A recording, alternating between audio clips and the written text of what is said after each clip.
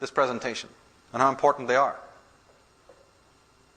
As we saw, Carl Jung said, people will do anything, no matter how absurd, to stop from facing their souls.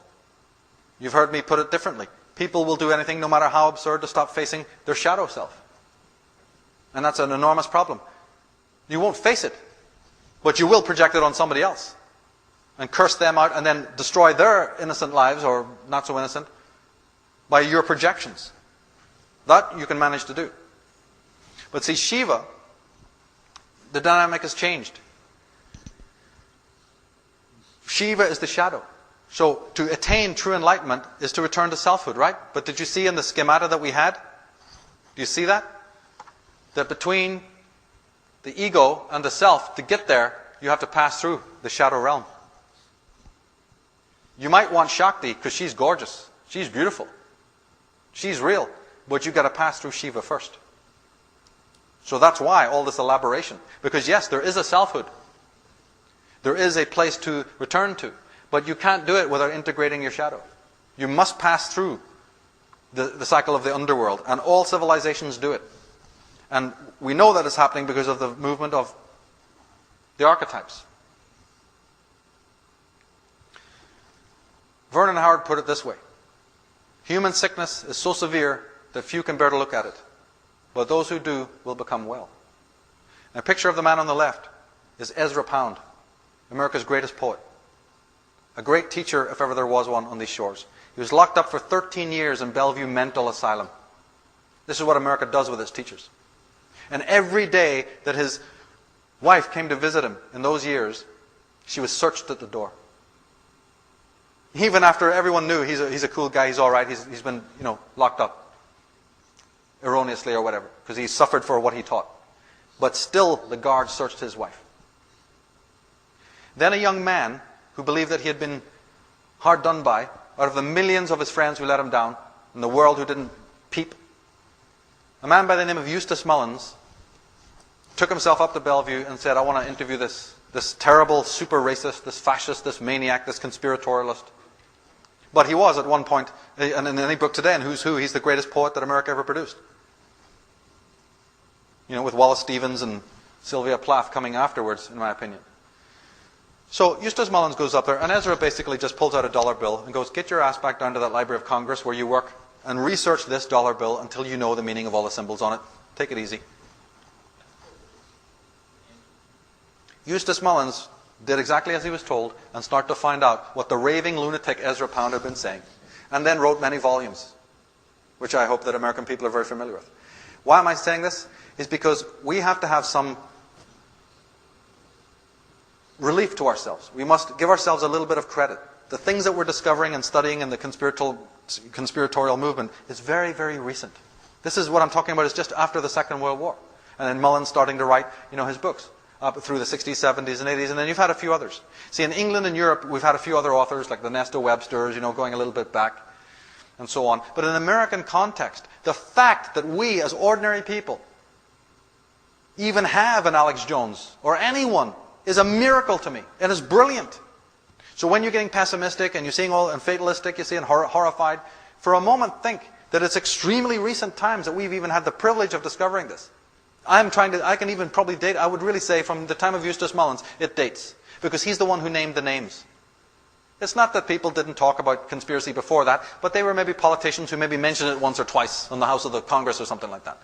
But a man who sat down and named names and drew pictures and showed you the symbolism, that is a very recent phenomenon. And it was inspired by this man, this great being, who suffered so immeasurably they destroyed his life. After 13 years in that place. And the message is this, that the mass opposition to these tyrants is relatively recent phenomenon, historically speaking. What we're doing is it's like a tyrant, you can imagine the tyrant is the tiger hiding in the long grass.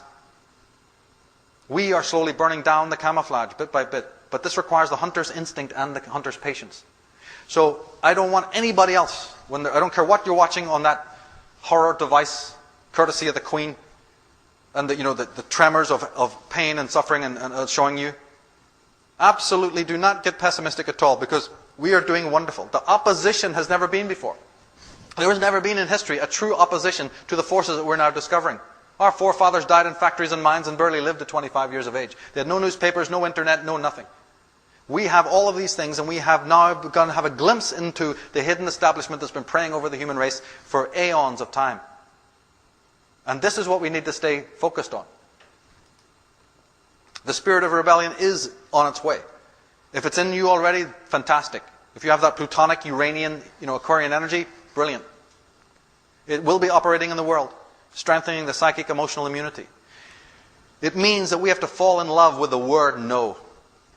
That simple two-letter word would mean so much in the body politic, in society, and in our slaveries that we involve ourselves in every day, that we allow. Remember I told you it's not about have I been sold a lie, it's have I bought one? When you understand that dynamic, then you're saying no to all tyranny, no matter where it comes from. Vernon Howard said also, we can accept that God becomes man to save man, but we can never seem to accept man becoming God to save himself. And I'll leave you with this from the Hopi elders.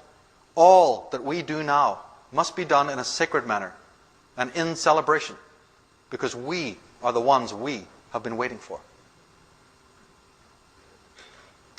Thank you very much. So let's take a few questions if we can. Thank you. Thank you. Go ahead, sir. You have to come over here for the question.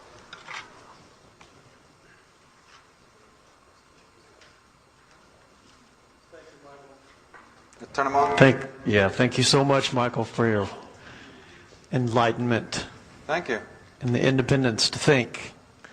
Right. Earlier in your presentation, you mentioned the trauma that affected humans, that detached ourselves into the ego. Right. Can you tell us what this trauma was? Well, the trauma, in my reading of it, if you're familiar with my work on Atlantis, began with the experimentation and the crossing of alien DNA with human DNA, based on the visitation to our planet of what we might refer to as the Nephilim, or the Bible refers to as the Nephilim, the fallen angels. How many years ago?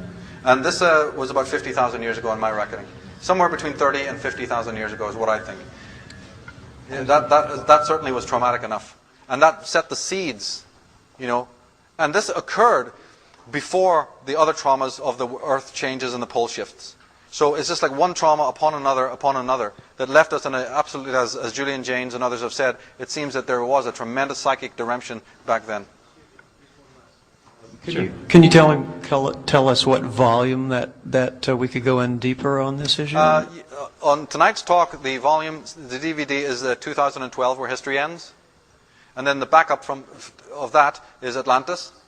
And if people are interested in the being-doing scenario and the psychic cleansing and stuff like that, it's 2012, and also maybe Divination and the Goddess.